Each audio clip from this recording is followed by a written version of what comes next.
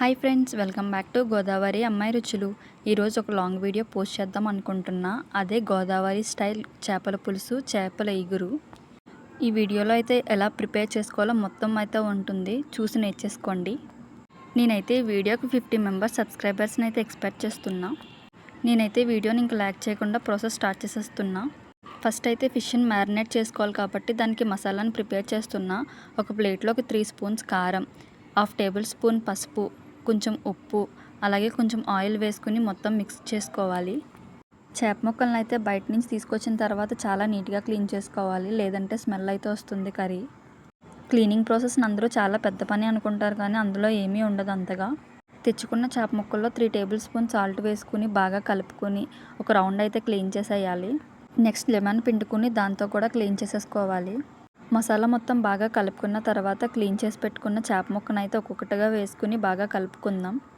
చెరువు చేపలు అయితేనే స్మెల్ వస్తుంది, సముద్రం చేపలు అయితే స్మెల్ ఏమీ రావు. నీట్గా క్లీన్ చేసుకుంటే ఆ స్మెల్ కూడా పోతుంది చెరువు చేపల్లో. చేప ముక్కలు చూడండి ఎంత పెద్దగా ఉన్నాయో. పెద్దగా ఉంటేనే పులుసు కన్నా ఎగురు కన్నా బాగుంటుంది, ముక్క విడకుండా ఉంటుంది కూడా. నేనైతే ఒక్కొక్క చేప ముక్కనే వేసుకుని మసాలా పట్టేలాగా చేప ముక్కకి కలుపుకుంటున్నా. ఒక్కొక్క ముక్క వేసుకుని కలుపుకుంటే మసాలా మొత్తం అన్నిటికీ పడుతుంది బాగా. నేనైతే మసాలా పట్టించిన చేప ముక్కలను అయితే 1 అవర్ పక్కన పెట్టి వదిలేస్తున్నా.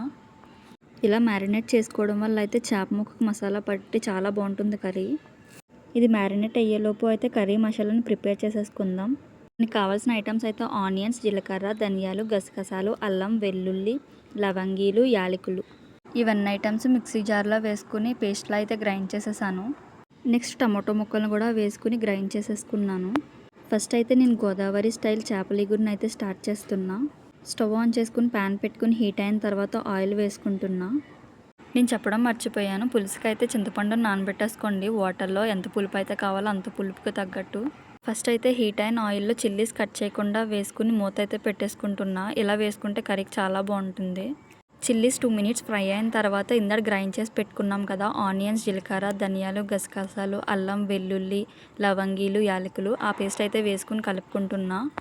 స్లో హీట్ మీద ఈ మసాలాని అయితే ఫ్రై చేసుకోవాలి, ఆనియన్ స్మెల్ అంతా పోయేంత వరకు. నేనైతే ఈ మసాలా ఫాస్ట్గా ఫ్రై అవ్వడానికి అయితే సాల్ట్ యాడ్ చేస్తున్నా. సాల్ట్ అయితే చూసుకొని వేసుకోండి, ఇందాక మ్యారినేట్ చేసుకున్న మసాలాలో కూడా వేసుకున్నాం కదా. నేనైతే ఇలా స్లో మంట మీదే ఫ్రై చేసుకుంటున్నా. నెక్స్ట్ అయితే ఫ్రెష్ కరివేపాకును వేసుకుందాం. కరివేపాకు ఇప్పుడు వేసుకుంటేనే ఆయిల్లో బాగా ఫ్రై అవి బాగుంటుంది కర్రీకి కూడా. కొంచెం ఎక్కువ కరివేపాకు వేసుకున్నా ఏమీ కాదు, ఎందుకంటే ఎక్కువసేపు కుక్ అవుతుంది కాబట్టి దాంట్లో కలిసిపోయి కుక్ అయిపోతుంది. ఇప్పుడైతే బాగా ఫ్రై చేసుకుందాం.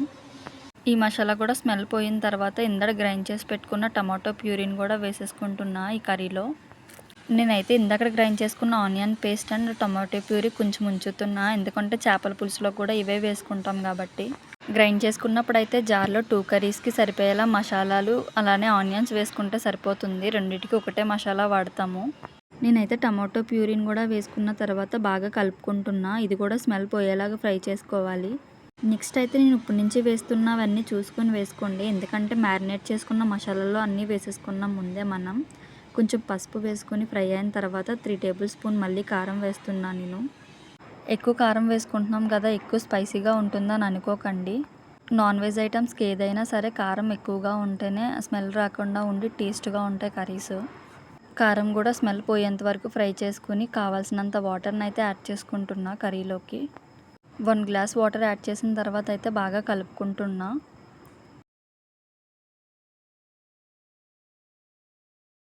నాకైతే వాటర్ ఇంకా సరిపోలేదు, ఎందుకంటే చేప ముక్క ఉడకాలి, ఇంకా గ్రేవీ కావాలి కాబట్టి వాటర్ యాడ్ చేసా ఇంకో గ్లాసు. వేసుకుని ఉప్పు కారాలన్నీ సరిపోయాయో లేదో చూసుకుందాం.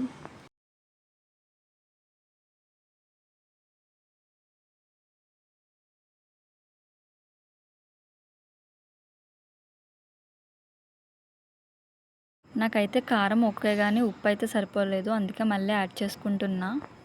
నెక్స్ట్ అయితే నా దగ్గర ఫిష్ మసాలా ఉందని అయితే యాడ్ చేసుకుంటున్నా. మీ దగ్గర లేకపోయినా స్కిప్ చేసేయచ్చు, పర్వాలేదు. ఈ మసాలాలన్నీ గ్రేవీకి పట్టేలాగా స్లో మంట మీద అయితే ఒక 5 మినిట్స్ కలుపుకుందాం.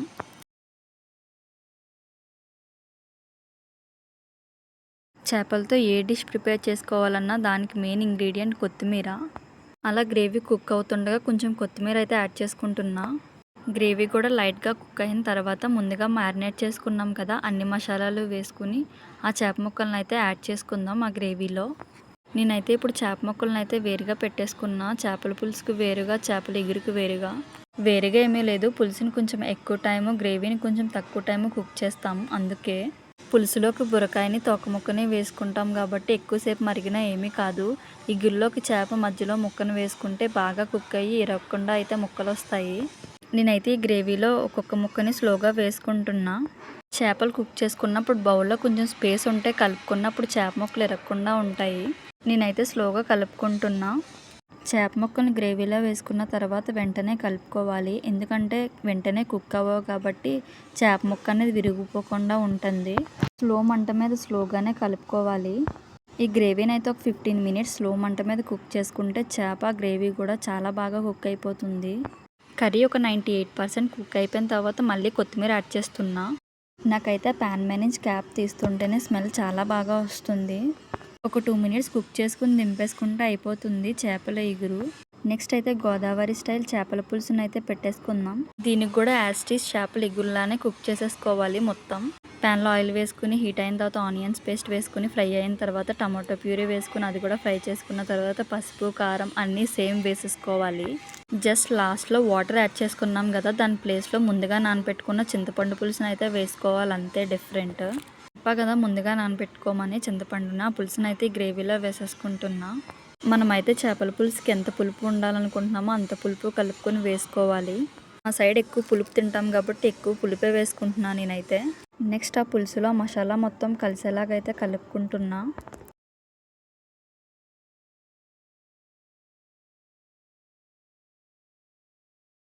నాకైతే ఆ చింతపండు పులుపు కూడా సరిపోలేదు, ఇంకా కొంచెం చింతపండు పులుపునైతే అయితే యాడ్ చేసుకుంటున్నా.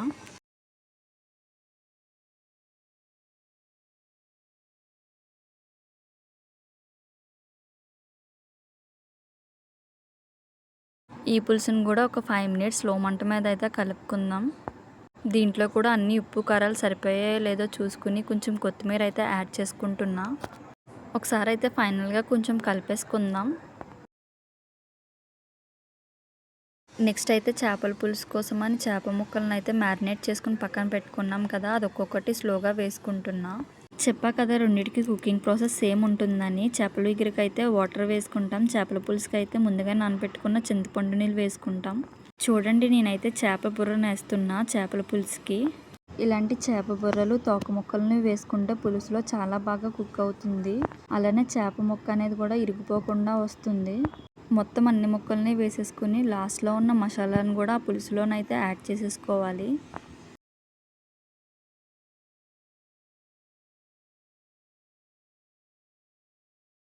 ఇప్పుడైతే నేను స్లోగా కలుపుకుంటున్నా. స్టార్టింగే ముందే చెప్పా కదా, చేప ముక్కలు వెంటనే వేసుకున్న తర్వాత కలుపుకుంటే కుక్ అవ్వలేదు కాబట్టి ఇరిగిపోకుండా ఉంటాయని.